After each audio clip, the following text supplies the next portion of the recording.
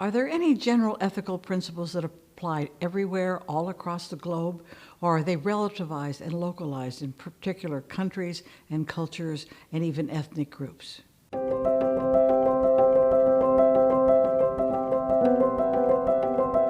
So, what is relativism?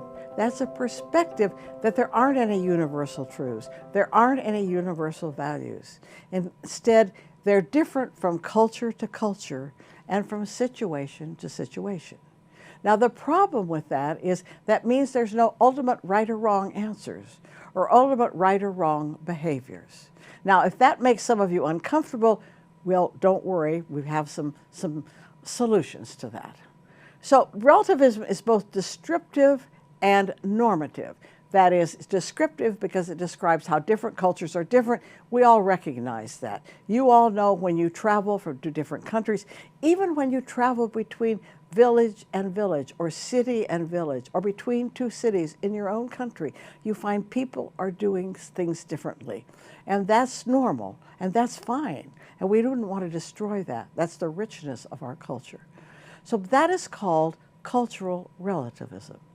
But then relativism is also normative, asking the question, what ought we to do? And a normative relativist says we cannot make these universal standards between cultures. All of them are relative to a different culture. And this is called moral relativism. As you see in the case we discussed, the question that we're debating is whether Motorola's principles of no physical harm versus Nambu's principles of apology, which one takes precedent, or is there one? Now, there are various forms of relativism, and let me just talk about a few. Naive relativism, role relativism, and social group relativism. Now, naive relativism, when we all have been this as children, has to do with myself, that I can decide what's right or wrong, period. And we all want to do that, right? But when I say that, then how can I judge your values?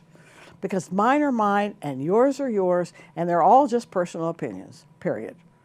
It's sort of what's in it for me. And we saw, of course, earlier, the greed is good video, very much egoism, right? Very much naive relativism. What's good for me is greed. Some of you didn't like that much, I hope, so we will take care of that in a minute. Now, the problem with naive relativism or egoism is you can remember what I think is right today might not be what I think is right tomorrow. You all have been teenagers recently, and you remember your, quote, values and what you thought were right and what you thought of your parents. And guess what? You got a little bit older and looked back and thought, oh, some of this looks not so perfect, right? So how do we judge between my feelings now and my feelings, say, 5 years ago, or 10 years ago, or 20 years ago? So if morality is merely I feel that, there's not much else left to say. This will be a very short course. Morality also has to do with interactions. We depend on each other, and we judge each other because we live in communities. We don't live on little islands by ourselves. If we did, it would be extraordinarily boring, but we wouldn't have any problems running into each other. So my moral judgments are learned from each other. You tell me, help me out, and they also affect others. So it matters whether I decide it's right or wrong. It matters how I feel, it matters how I think, it matters how I judge, because those affect others. Just as Victor's hitting Tommy affected not only Tommy and Victor, it affected all the plant employees as well as the Motorola managers. It wasn't simply one little one-on-one exchange.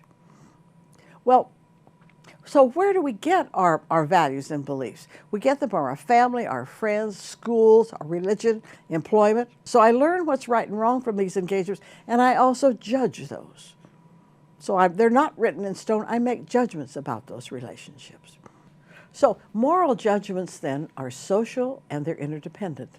I depend on others, and I depend on them to make judgments.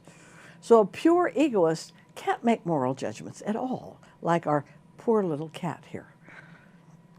So what about role relativism? Well, I have many roles.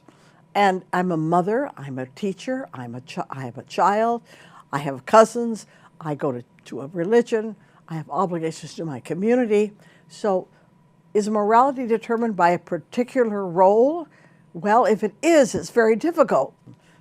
Must I always do what is required by my role?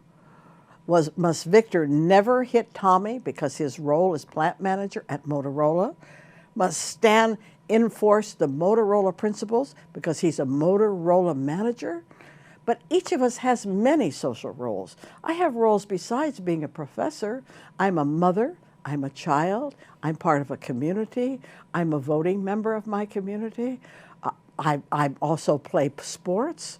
I have a whole lot of roles, and you can think of many more than I have listed. And think about your own roles. So your morality is not determined by just one role, or you'd be just narrow focused on this one little thing. And you might make mistakes, like Victor did. So at what price safety? How can Stan as a Motorola manager? He has to enforce the code, or does he? Does he have leeway here? Can he deviate to respect Nambian cultural differences? Now, there's some issues with role morality, which are obvious. How does one decide when one role conflicts with another?